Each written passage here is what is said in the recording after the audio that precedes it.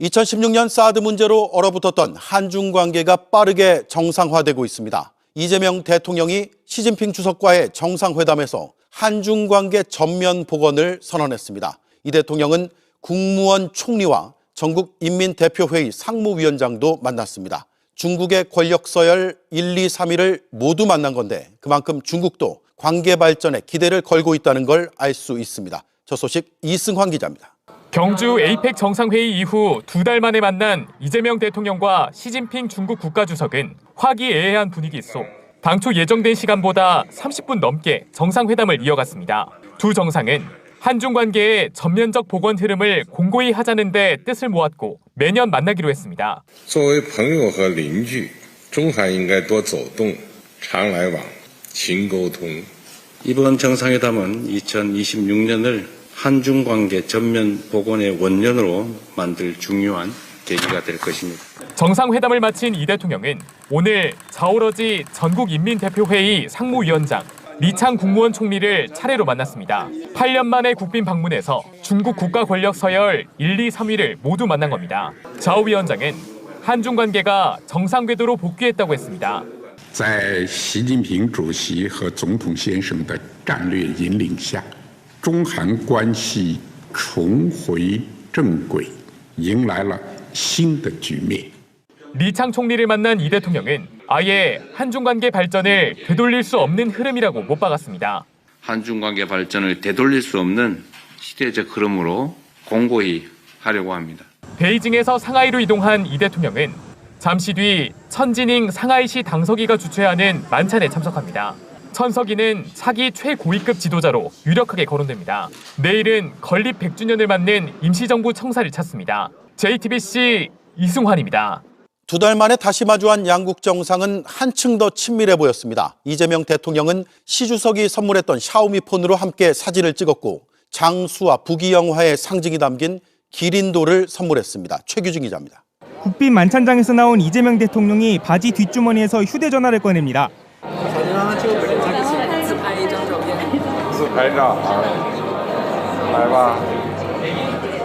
시진핑 주석과 셀카를 찍은 뒤 부인 펑리 위안 김혜경 여사까지 함께 단체 사진을 찍었습니다.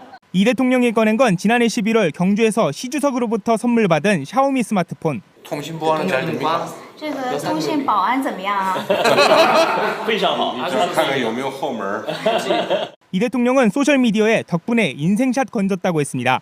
두 정상은 회담 내내 똑같이 붉은색 넥타이를 메고 친밀감을 드러냈습니다.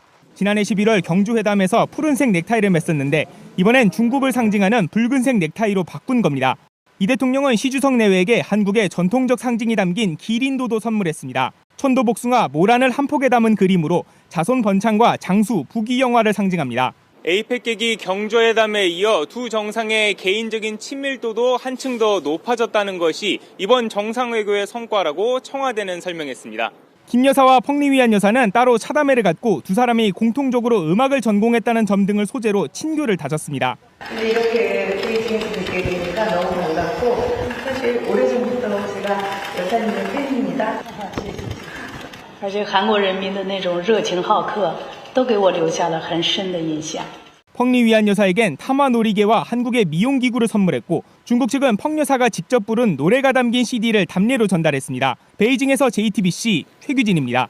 한중 우호의 상징인 판다도 의제에 올랐습니다. 현재 4마리가 국내에서 생활 중인데 추가로 더 들여올지 양국 정부가 논의를 시작했습니다. 중국과의 관계가 악화된 일본은 54년 만에 판다 대여가 중단될 예정입니다. 김한수 기자입니다. 아기 판다들이 몸을 맞대며 장난을 칩니다. 2023년 한국에서 태어난 쌍둥이 자매 루이바오와 후이바오입니다. 부모 판다까지 합하면 한국에서 생활하는 판다는 모두 4마리.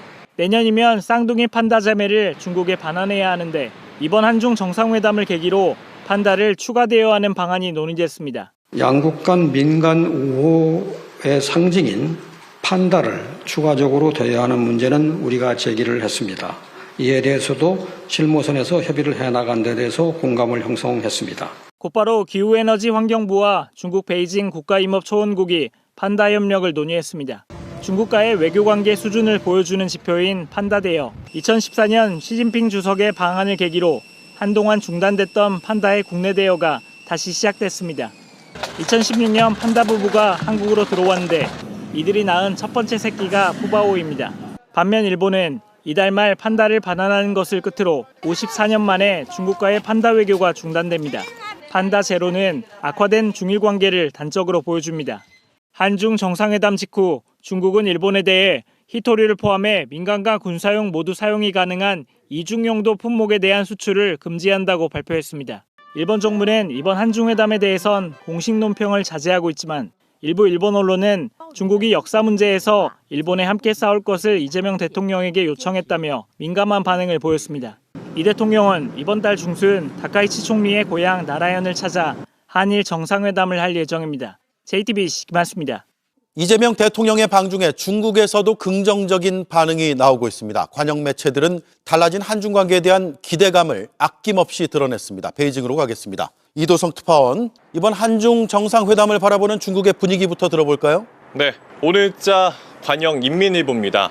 이 중국의 속내를 대변하는 기관지인데요. 이렇게 이번 한중회담 관련 기사를 가장 중요한 기사를 놓는 일면 왼쪽 위에 놨습니다. 역대 한국 대통령 방중 관련 기사를 모두 오른쪽에 놨던 것에서 한 단계 격상했다고 볼 수 있겠습니다. 중국에서는 한중 관계가 어떻게 달라졌는지 한 번에 보여줄 수 있는 장면입니다. 다른 관영 매체들도 한중 협력의 새 출발점에 섰다는 내용과 함께 대규모 경제 사절단을 언급하면서 양국 관계의 원동력이라고 보도하면서 분위기를 띄웠습니다. 네, 중국의 한한령 해제는 앞으로 어떻게 되는 건가요? 네, 정상회담 내내 화기애애한 분위기가 이어졌지만 한한령에 대해서는 온도차가 있었습니다. 이 문화예술계에서는 이번 회담을 계기로 중국에서 K-팝 공연이 열리는 게 아니냐 이런 기대감이 있었는데요. 결국 무산이 됐습니다. 이 청와대는 회담의 성과로 이 점진적이며 단계적인 문화 콘텐츠 규류에 관한 공감대를 언급했습니다. 그런데 반면 중국은 구체적인 계획 대신 청소년과 미디어, 스포츠에 대한 이 인적 교류를 확대하자며 애둘러서 표현을 했습니다. 위성락 국가안보실장은 이에 대해서 부담이 적은 분야부터 확대해 나가기로 했다면서 드라마나 영화 분야도 실무부서 간의 협의를 통해 진전을 모색하기로 했다고 설명했습니다.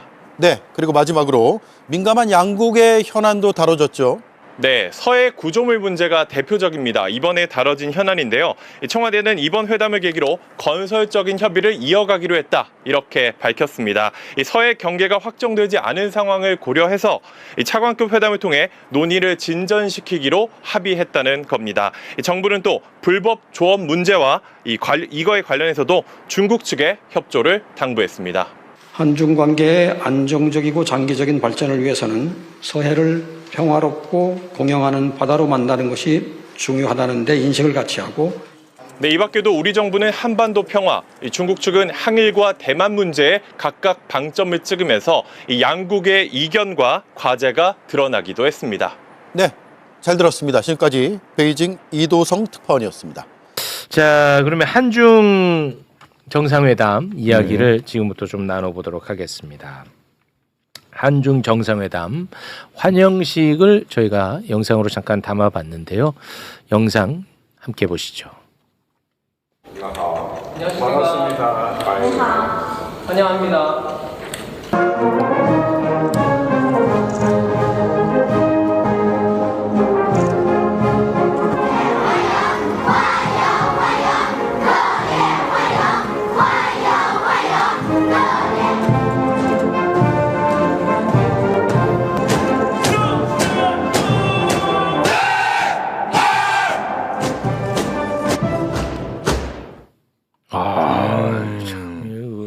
대단한 의전입니다. 예. 극진한 대우를 받은 건 맞죠? 최고의 의전입니다. 최고의 의전. 저는 그때 1917년에 가봤잖아요, 저기를. 1900. 아니야, 2017년에. 1917년이라고 해가지고 나는. 2017년에. 타임머신 타고. 문재인 대통령이 국빈 방문했잖아요, 그때. 네네네. 아, 그랬죠. 그때 제가 수행을 해서 같이 갔었습니다. 아, 그러셨나요? 그 다음에 지금 8년 만에 처음 국빈 방문. 예, 그렇습니다. 그때 비하면 너무 분위기가. 아 그래요? 너무 그때는 좀 썰렁했거든요. 아 썰렁했어요. 사실 그때 사드 배치로 아주 분위기 안 좋을 때 같죠. 그 얼음 같은 분위기를 깨보려고 문재인 대통령이 가신 거죠. 네. 그래서 그때 막 혼밥 소동도 나고 홀대도 네, 있었고 홀대 논란이 왕이 있었고. 외교부 장관이 문재인 대통령 등을 두들겼다고 뭐 말이 있고 그래서 나도 그냥 시진핑 주석 팔꿈치를 두들겨줬어요. 악수할 때. 아, 그거 왜 보도가 안 됐습니까? 그래요?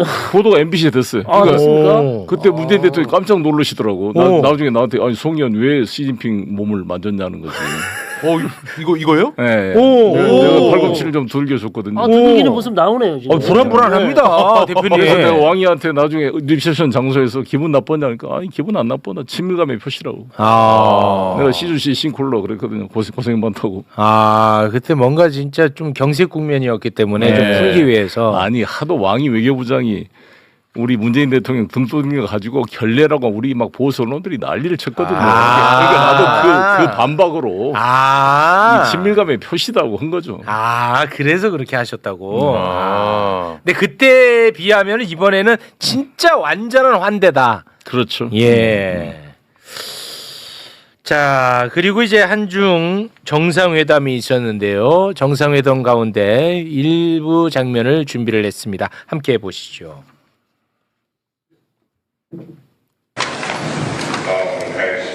短短2个月，我们2次见面，实现互访，这体现了双方对中韩关系的高度重视。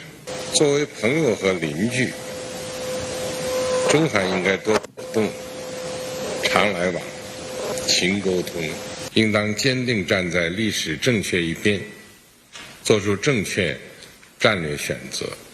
경주에서의 정상회담에 여운이 가시기도 전에 주석님의 초청으로 이렇게 빠르게 중국을 국빈 방문하게 돼서 진심으로 뜻깊게 생각합니다.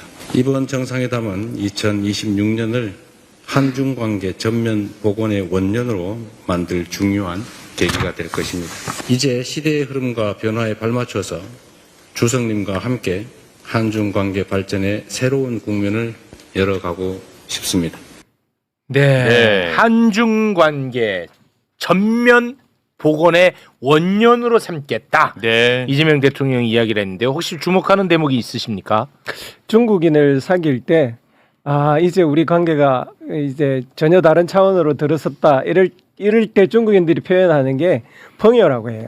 펑요? 예, 친구. 친구. 예, 너는 나의 친구야. 그러면 그 다음부터는 관계가 완전히 달라지는 겁니다. 펑요 나왔어요 이번에? 예, 친구라고 했거든요. 펑요. 그러니까 그거는 어쨌든 양 정상 간에는 친구라고 여길 만큼 관계가 밀접해졌다라는 걸 의미하고요. 네. 그 어전부터 여기까지를 전체적으로 보면 사실 어전이 그냥 되는 게 아니거든요. 그만큼 친구로서 혹은 자기가 중국한테 중요한 국가라는 것을 인정하는 거란 말입니다. 네. 그런 점에 있어서는 이재명 대통령께서 말씀하시는 한중 관계의 복원의 원년 이게 정확히 구현됐다라고 생각합니다. 복원은 두 가지 단계가 있는데요. 윤석열 정부 이전으로 복원될 수도 있었고 사드 사태 이전은까지도 갈 수도 있었는데 어디까지 복원으로 생각하시는 거예요? 저는 신뢰관계에 있어서 사드 사태 이전까지로 복원되었다고 봅니다.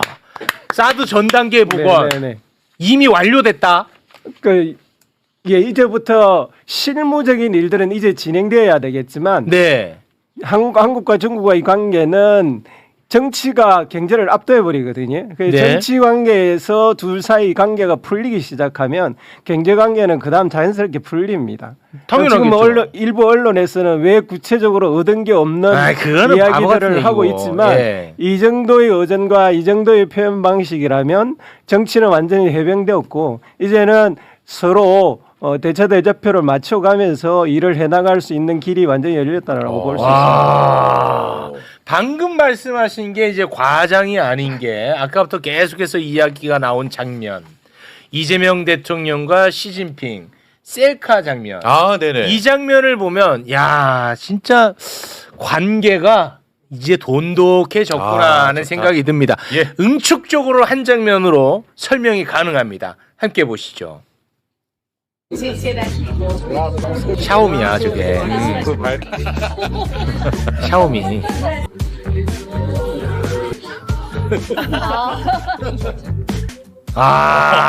이건 화기애애하다. 정말 중요한 장면입니다. 예. 아유 우리 대표님 어떻게 보셨습니까? 시진핑 주석이 포커페이스잖아요. 네, 웃더라고요. 네, 웃고 펑리한 여사도 웃고. 네.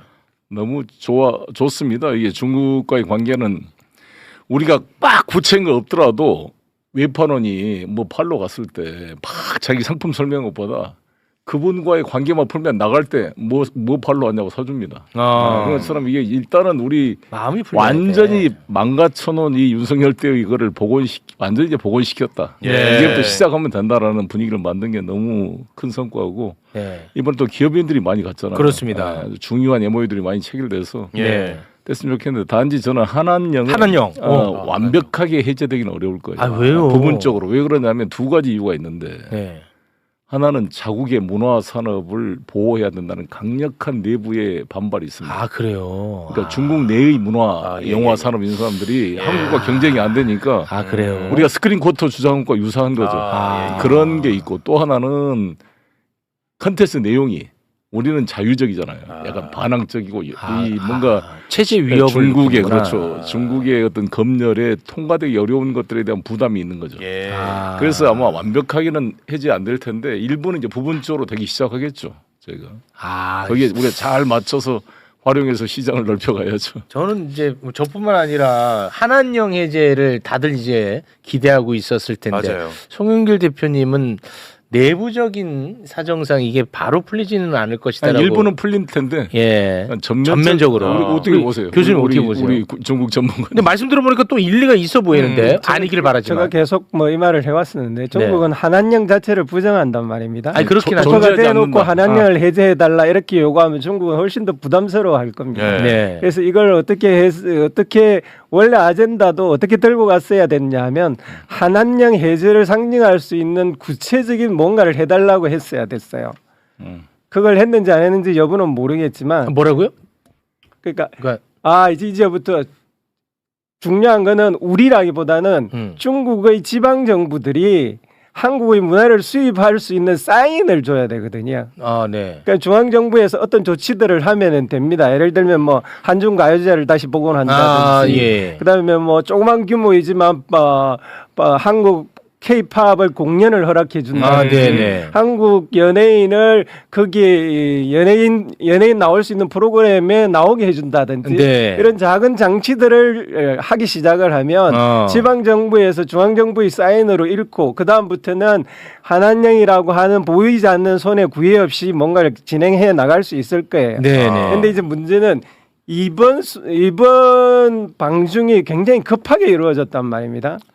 그러면 뭔가 그런 일을 하기에는 시간이 너무 없었어요. 시간이 촉박하니까. 그런데다가 중국으로서는 그런 구체적인 사안을 준비해서 요구했다면 검토해 볼 텐데 큰 덩어리로 뭉치면 이거는 다시 점진적으로 해보자라는 이야기밖에 할 수 없었다라고 볼 수 있고요. 어쨌든 지금 우리가 FTA 2.0에서 금융이나 서비스업을 추가하려고 하고 있기 때문에 그 과정에서 자연스럽게 이 문화 교류는 포함되어서 진행될 수 있을 거라고 봅니다. 이게 정치적인 문제 때문에 이 문제가 온 거기 때문에 정치적인 문제가 해빙되었기 때문에 이건 시기의 문제이지 앞으로 어떤 방식으로든 이건 해결돼 나갈 거라고 볼 수 있습니다.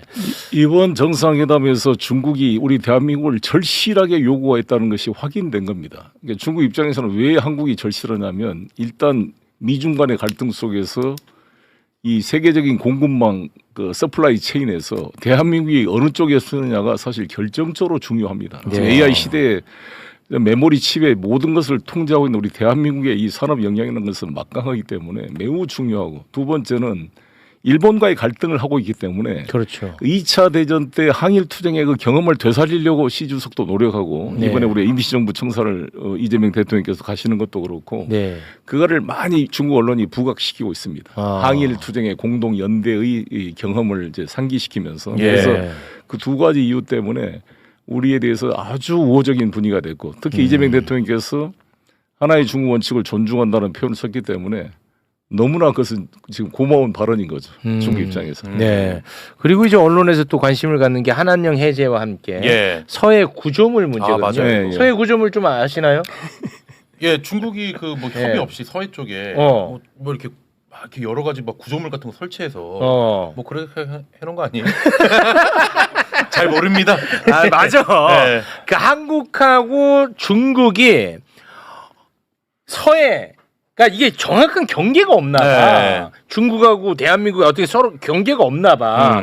이제 그러다 보니까 한국하고 중국이 어업 활동을 서로 좀 자유롭게 하기 위해서 잠정 조치 수역이라는 것을 설정을 해놨어요. 네. 그러면 거기에는 자기 마음대로 막 뭐 이상한 구조물 같은 거 설치하면 안 되거든. 네. 거기 어디냐면 쥐도 좀 잠깐 저 부분이거든요. 네. 그런데 중국이 양식장 구조물을 저기다가 설치를 했어. 요런 거를. 아, 네네. 그래서 이게 뭔가 해가지고 우리가 좀 탐사라도 해보려고 가까이 가면 못 오게 하고 이게 아주 골칫덩어리였거든요. 네. 요거 이제 어떻게 됩니까? 우선 저걸 어업 구조물이라고 중국은 계속 주장을 합니다. 네. 그래서 저것을 한국이 이만큼 강하게 저거 철수해달라고 하면 실제 어업 구조물이라면 철수했겠죠. 그 어업 고기 몇 마리 더 잡으려고 한국한테 이렇게 반발을 할 이유는 없거든요. 그렇겠죠. 철수를 했을 텐데 저걸 안 하는 걸 보면 왜 저러나? 결국은 저것은 군사적이고 정치적인 목적이 있는 것은 분명합니다. 그런데 이제 왜 저런 구조물이 생기는지를 이해를 해야 우리가 해결책이 나오는데요. 방금 지적하신 대로 우리가 중국하고 해상 경계선을 정확하게 확정하지 않았어요. 네. 그래서 이번에 확정하는 것을 회의를 시작해서 시작을 했다라는 거거든요. 네. 이건 좋은 합의가 된 거라고 보여집니다. 두 번째 이번에 이야기 안 나온 것 중에 하나는 중국이 왜 저기에 저런 시설을 무리해서 설치하려고 하느냐 하면 제1도련선이라고 들어보셨어요? 뭐요? 제1도련선. 그러니까 이 해상 경계선이 없잖아요. 그런데 가상의 해상 경계선은 있었어요. 대만 해협에 제1도련선이라고 섬과 섬을 잇는 연결선을 그어 놓은 거예요. 그걸 어떻게 합의했냐면 중국은 그 바깥으로 못 나오고 태평양 쪽으로 나오지 않고 미국이나 한국, 일본은 그 안으로 들어가지 않는 것을 잠정적으로 합의를 했고 그게 비교적 잘 지켜왔어요. 그런데 미국과 중국이 충돌하기 시작을 하면서 그게 완전히 해체되어 버렸어요. 해체돼 버렸어. 사실상. 미국 군함도 대만 해협에 막 들어가기 시작하고 중국도 그 선을 넘어서 태평양으로 나오기 시작하고 이런 과정에서 중국은 소위 명목적으로는 한중일 삼각 군사 훈련에 대비한 뭔가를 할 필요가 있었을 거예요.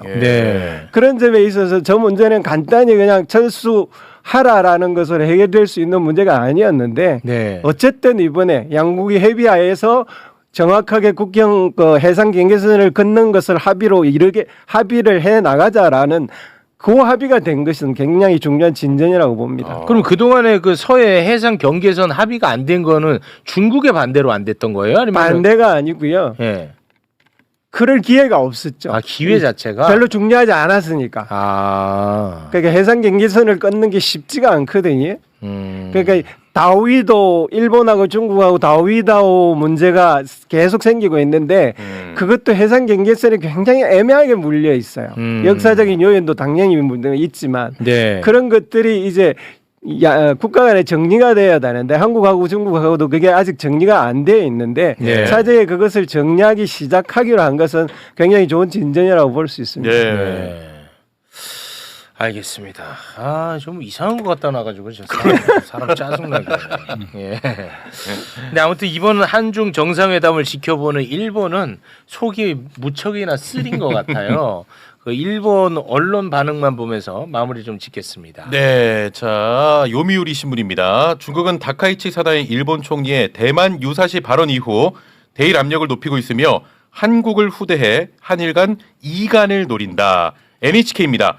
중국이 일본에 대한 비판을 계속하는 가운데 한국과 관계를 강화해 대만과 역사인식 문제를 놓고 보조를 맞추게 하려는 생각을 가진 것으로 보인다. 네, 지금 아주 속이 많이 쓰린가 봐. 네.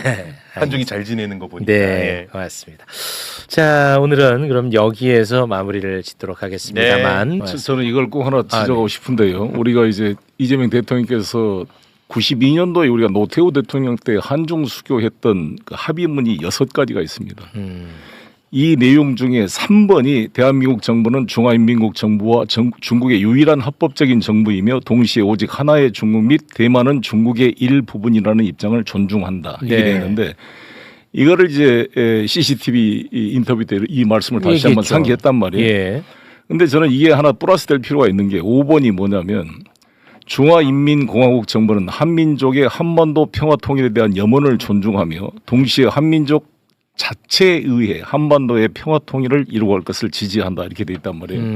그럼 이것이 이제 김정은 위원장이 2023년 말에 두 개의 적대적 국가론과 통일을 이제 완전히 지워버리겠다라는 것과 이 5항과의 상호 여러 가지 문제가 있을 수가 있어요. 네. 이런 면에서 저는 우리 대한민국 정부가 이 5번 항, 3번 항을 우리가 존중해 줬으니까 그렇습니다. 중국도 5번 항을 존중해서 우리 대한민국의 이 평화통일 정책에 대한 지지를 끌어내는 양동 작전을 해야 된다 이렇게 생각합니다. 너무 중요한 말씀입니다. 네. 고맙습니다. 오늘 첫 시간 이게 첫 내용은 그 이재명 대통령과 시진핑 주석 간의 한중 정상회담 그 이야기를 좀 나눠보도록 하겠습니다. 사실 뭐 신문지상을 보거나 보도 내용들 보면 정상 간에 나눴던 대화, 뭐 의전부터 시작해서 다양한 이야기들을 나누고 있습니다만 가장 화제가 되고 있는 건 역시 그 샤오미 전화기로 찍은 셀카가 아닌가 싶어요. 네. 지난 경주 에이펙 때 그러니까 우리도 중국에 선물을 줬었고 중국에서도 우리에게 선물 준 내용이 있었는데 그때 받았던 바로 그 샤오미. 다들 기억하시겠습니다만 이 통신 보안은 잘 되냐라는 이재명 대통령의 농담이 있었고 백도어도 확인해봐라라는 시진핑 주석의 화답도 있었던 바로 그 전화기를 대통령이 챙겨서 중국을 갔던 것 같아요. 그 전화로 셀카를 찍었고 SNS에 화질 확실하쥬라는 제목으로 글을 또 올리기도 했습니다.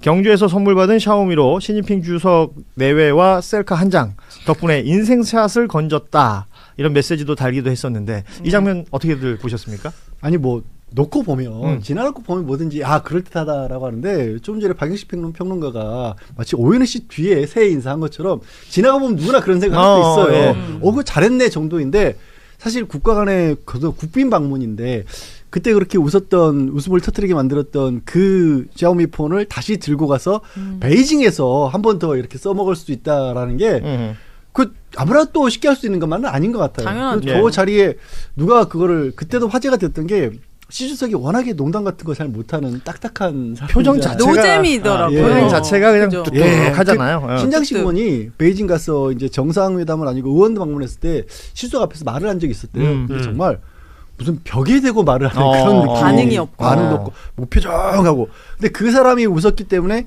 당시 외신들에서도 이걸 많이 다뤘었거든요. 한 번 더, 한 번 더 써도 이렇게 써먹으면 괜찮죠. 그 제가 그 중국 언론들 확인 좀 했는데 뭐 CCTV도 그렇고 뭐 황구시보, 뭐 인민일보 등등에서 굉장히 좋게 평가를 했어요. 뭐 대통령이 센스 있다, 유머 있는 대통령이라 인상적이다. 양국 정상 간의 친밀감을 확인할 수 있는 자리였다. 등등의 이 샤오미 이 셀카가 굉장히 큰 이슈가 되고 있는 게 우리나라뿐만 아니라 중국에서도 그러고 있는 것 같아요. 진짜 시진핑을 웃게 하는 것도 남자잖아요. 시진핑을 웃게 하는 남자. 이재명 보유국이다. 뭔가 진짜 외교 천재인 것 같아요. 행정도 잘하시지만 외교 나갈 때마다 계속 코스핀의 천장을 뚫고 있고 전 세계적으로도 주목받고. 근데 두 분이 커플룩이에요? 옷이 왜 똑같은 것 같아가지고 타이 색깔도 맞춘 것 같긴 하더라고요. 네, 되게 진짜 한중 정상회담 지금까지 본 것 중에 가장 흐뭇했던 장면이었습니다. 그러니까 뭐 이제 넥타이를 어떤 색깔을 하든 혹은 거기에서 어떤 제스처를 또 보여주시든 휴대폰을 실제 바지춤에서 꺼내셨어요. 맞아요. 바지춤에서 꺼내가지고 뭐 이제 이 전화기 갖고 왔다라고 얘기를 하면서 셀카 찍자라고 딱 모션을 취하는데 펑리위안 여사하고 또 김혜경 여사하고 같이 붙어가지고 찍기도 하고 두 정상만 또 따로 찍기도 하고 막 그랬거든요. 근데 이게 외교도 결국 사람들끼리 하는 일이기 때문에 스킨십이 굉장히 중요하잖아요. 근데 처음에 이제 경주에서 만났을 때는 어느 정도의 어떤 한중 관계 복원의 초석을 담았고 두 사람의 어떤 케미를 좀 맞춰가는 그런 단계였다라고 한다면은 이제 베이징에서는 확실하게 좀 도장을 찍어서 이제 앞으로 우리가 정말 가까운 이웃이 되는 것이다라는 걸 보여주기 위한 하나의 장면이었다라고 보고, 아까 이제 우리 양절 변호사님이 뭐 되게 별 아이디어는 아닌 것 같지만 아무나 할 수 없는 것이다라고 평가한 게 그러니까 지나고 보면 딱 맞는 말씀인 것 같아요. 이게 뭐 대단한 그런 제스처는 아니잖아요. 뭐 카메라 꺼내가지고 전화기 꺼내 사진 찍었는데 그게 뭐 대단한 거냐 이렇게 하시는 분들도 있겠지만, 이 전화기가 원래 선물됐을 때 우리 국내 기업의 디스플레이가 샤오미 폰에 들어가기 때문에 그런 의미에서 선물을 또 시진핑 주석이 이재명 대통령께 드린 거거든요. 예. 그러니까 양 국가 간의 어떤 화합의 산물이 샤오미라는 제품이다라는 거를 보여주기 위해서 선물을 드린 거고, 그걸로 또 사진을 찍었다라는 것은 한중 화합의 또 의미를 되새길 수 있는 거니까 정말 센스 있고 세심함이 있는 분인 것 같아요, 이재명 대통령은. 제가 저기 오늘 출연하신 세 분의 SNS를 다 볼 수 있잖아요. 네. 그러니까 뭐 셀카 워낙 자주 올리시고 우리 양지열 변호사도 셀카를 종종 올리죠. 전 셀카는 잘 웬만하면 보는 분들을 거북하게 만들기 싫어서 그래서 그런지 잘 못 찍은 것 같아요. 인물은 잘 안 찍습니다. 제 얼굴은 잘 안 찍습니다. 우리 박영식 평론가는 셀카 자주 올립니까? 저는 좀 이렇게 그 얼굴을 마구 사용한다라는 평가를 자주 받기 때문에 잘 찍을 줄 몰라가지고 그냥 막 찍어요. 막 찍는 거에 비해서 굉장히 소품을 많이 씁니다. 어떤 날은 빵모자 쓰고 있고. 네.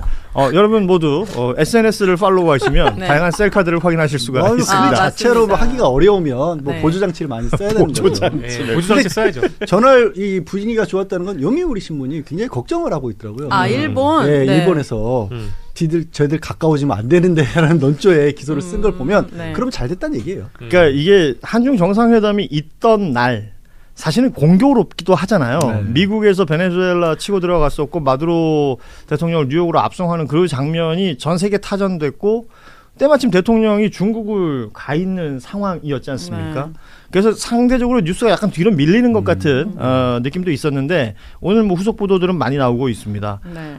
주고받았던 대화 내용이라든지 뭐 정상 간에 이제 처리했던 업무 내용이라든지 이런 것들이 쭉쭉 나오고 있는데, 시진핑 주석이 했던 발언 중에 중국과 한국 양국은 역사의 올바른 편에 굳건히 서서 정확한 전략적 선택을 해야 한다. 이 문장을 두고 이게 베네수엘라 뭐 미국이 베네수엘라 들어갔던 거나 뭐 아니면 중국과 일본 간의 어떤 갈등이 격화되는 거나 뭐 어찌됐건 우리가 기존의 뉴스에서 봤던 이슈들이 있기 때문에 여기에 대한 선택을 강요하는 것 아니냐라는 해석을 하는 언론들도 있던데요. 뭐 이 부분에 대해서는 훗날 또 설명이 있을 것 같고 북한이나 북핵 관련된 구체적 언급은 없었던 것 같습니다. 그리고 시진핑 주석이 강요한다고 해서 우리 이재명 대통령이 그걸 꼭 따라야 되는 것도 아니잖아요. 그럼요. 주권 국가의 정상이 본인 자국의 이익을 위해서 함께하는 이 국익 외교 그리고 뭐 실용 외교, 이 표현을 이재명 대통령한테 많이 쓰는 이유도 아마 그런 것일 때문일 텐데, 무엇보다 중요하게 보이는 것은 한중 관계 전면 복원의 원년이라는 타이틀 같아요. 그러니까 뭐 사드 이후에 한한령 등등등 소원했지 않습니까, 사실? 소원했었고 문재인 전 대통령 때 그거를 조금 복원할 수 있을 것이라는 기대를 했었는데, 또 윤석열 집권 이후로 미국에만 너무 편중됐다는 얘기는 누구나 인정을 하고 있지 않습니까? 사실 그렇다고 해서 미국으로부터 우리가 뭐 크게 어떠냈다거나 이런 것도 없었고, 오히려 본인이 받아온 기타 하나 정도의 국회의사당 가서 노래 부르면서 그렇게 좋아했던 모습만 머릿속에 남아있고, 네. 그리고 본인이 그렇게 대단하게 대한민국 1호 영업사원이라서 원전 그 수주를 했다라고 하면 미국에 있는 회사에 다 저작권 특허권 때문에 사실상 그 속빈 강정처럼 그렇게 되는 그 MOU만 체결했던 것이 나중에 드러나 있었고, 좀 전에 오윤혜 씨도 지적을 했지만 이재명 대통령이 이 시주석의 발언 때문에 중국 편을 들어야 된다라는 쪽으로 우리가 갈 거였으면, 그걸 걱정할 거였으면 미국과의 관계가 소원했을 때 그 걱정을 해야 합니다. 그런데 아시다시피 트럼프 대통령과의 관계도 전혀 나쁘지가 않아요. 오죽했으면 아시다시피 트럼프 대통령이 5개밖에 없다는 그 황금 열쇠, 순금이라고 하죠. 그것도 이재명 대통령이 마지막 하나를 줬다라는 거 아니에요. 그리고 트럼프 대통령 그 왕관 받고 좋아가지고 저는 분명히 확신한데 가는 비행기 안에서 그거 뜯어봤다고 확신하거든요. 써봤겠죠. 뜯어만 봤겠어요. 그래요. 써봤을 거예요. 왜냐하면 미국에 내려서 그 왕관 포장을 실는 장면이 사진이 찍혔는데 포장지가 뜯어져 있었어요. 그런 정도의 관계가 있으니까 시주석 입장에서도 어쩌면 이 얘기를 그렇게 꺼낼 수 있는 것도 시주석이 한쪽 면만 들지 한쪽 편만 이재명 대통령이 들지 않으라는 그런 확신이 있으니까 네. 결례가 될 수 있는데도 불구하고 이 얘기를 한 거예요, 사실은. 저는 그렇게 봅니다. 결과적으로 지금 나온 내용들만 한번 정리를 좀 해보자면 앞서 말씀드렸지만 이제 관계의 어떤 질적 변화를 추구한다라는 내용. 뭐 기존에 사실은 중국과의 관계는 관리 수준이었다고 봐야 되죠. 진지한 어떤 갈등 국면으로 가지는 않았지만 어찌됐건 뭐 최고의 이 통상 교역국이기도 하고 바로 지리적으로 인접해 있고 다양한 어떤 문제에서 부딪힐 수밖에 없는데 전략적 협력 동반자 관계를 완전하게 복원하는 어떤 첫걸음이다라는 부분들 이게 이제 뭐 병난도 얘기를 이재명 대통령이 꺼내면서도 워낙에 오래된 우린 역사를 가지고 있다라는 것을 또 강조했고 시진핑 주석도 이웃이라는 단어를 쓰면서 그러니까 자주 소통하자라는 취지에 이재명 대통령이 뭐 1년에 한 번씩 보자라는 취지도 얘기를 했었고요. 이런 얘기들이 뭔가 정상들 간에 가까워지는 모습을 연출했다라는 것도 있고요. 그 MOU가 지금 양해각서 한 15개 정도 체결이 됐다고 하는데 뭐 서해 구조물 뭐 불법 그 우리 입장에서 봤을 때는 서해에서 이제 불법 조업이 이루어지는 것들 어떻게 조절할 것인가 이런 것들이 이슈로 나오고 한한령 관련해서는 문화 부분에 있어서 점진적 교류 얘기가 또 나오기도 하고요. 이런 것도 굉장히 중요한 포인트로 보입니다. 어찌됐건 관계가 복원된다라는 얘기, 정상화의 방향으로 간다는 이야기 우리가 누구나 다 하고 있는 이야기인데 지금 야당에서는 좀 박한 평가들을 내놓고 있어요. 송원석 국민의힘 원내대표가 대한민국의 실질적 외교 안보 이익은 거의 확보하지 못한 채 이벤트성 회담으로 마무리됐다. 뭐 이런 표현을 썼고요. 사실은 윤석열 정부 시절에 있어서의 한중 관계를 사실 뭐 내용을 할 것도 없잖아요. 거기는. 없어요. 아예 없었어요. 그런데 여기에 중국에 대한 뭐 제가 보기에는 각종 시비가 될 만한 내용들 다 거론합니다. 중국의 기술 침탈, 중국인의 통신망 해킹, 알몸 김치로 대표되는 중국산 식품의 안전 문제, 무비자 입국, 중국인의 불법 체류 등등등 우리 국민의 일상이 위협받고 있는 상황에서 실질적인 안전장치 없는 협력 이런 표현을 썼단 말이죠. 무언가 이 협중 정서에 기댄 발언처럼 보입니다.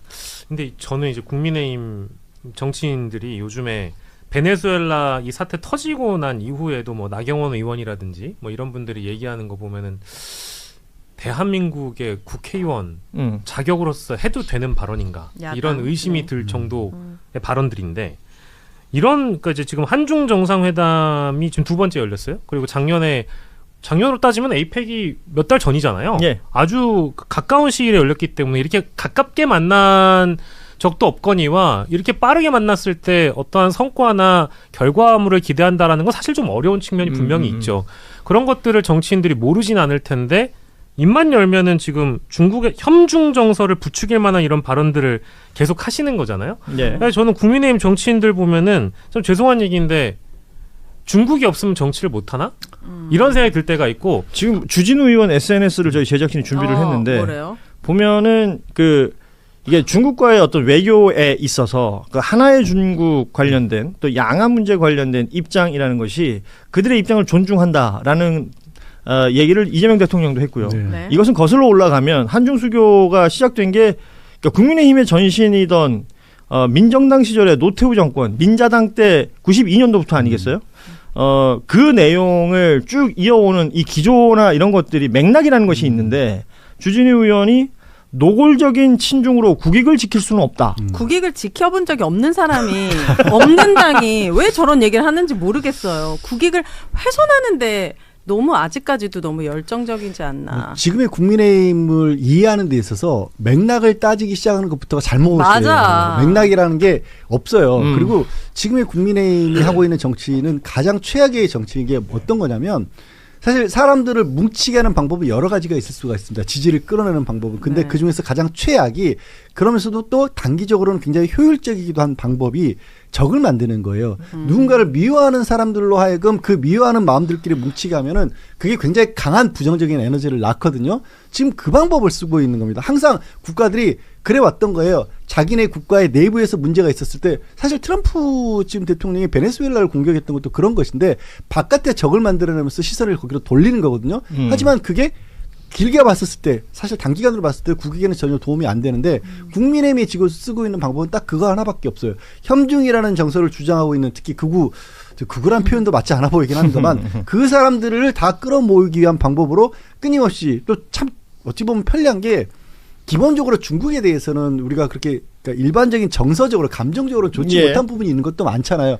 거기에 가짜뉴스 몇 가지를 더해내고 그들 스스로도 그 군중들을 속이기 위해서라도 자기들도 믿어가면서 이 협중 정서에 기대서 결집을 시키는 거예요. 근데 국익을 말하기에 너무나 안 좋은 거예요. 아니 중국과의 관계가 틀어져서 안 좋게 돼서 우리 대한민국 국익에 도움이 될 일이 뭐가 있냐고요. 그건 말할 필요도 없잖아요. 그러니까 이게 저는 웬만해서는 이게 우리 고등학교, 중학교 수준에서 우리가 하고 있는 대한민국이 그동안 이제 견지해왔던 실용 외교라는 거, 중립 외교라는 것을 어떤 것인지 다 배우거든요.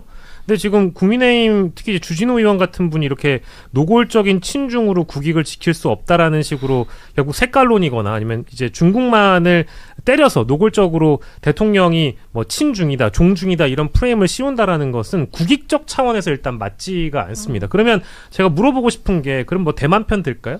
어떻게 할까요? 그러면 과거에 윤석열 씨가 했던 것처럼 어디 뭐 우크라이나 편 들까요? 외교라는 거는 편을 들어가가지고는 우리 국익에 도움이 안 된다라는 걸 이미 증명이 됐습니다. 그렇기 때문에 수출로 먹고 사는 나라에서는 그레이존 에어리아를 어느 정도 지켜주면서 어느 쪽에 편에 서지 않은 상황에서 그 정도의 어떤 전략적 모호성을 가지고 외교를 하는 것이 김대중 시대의 외교였고 뭐 노무현 시대의 외교였고 그래 왔어요.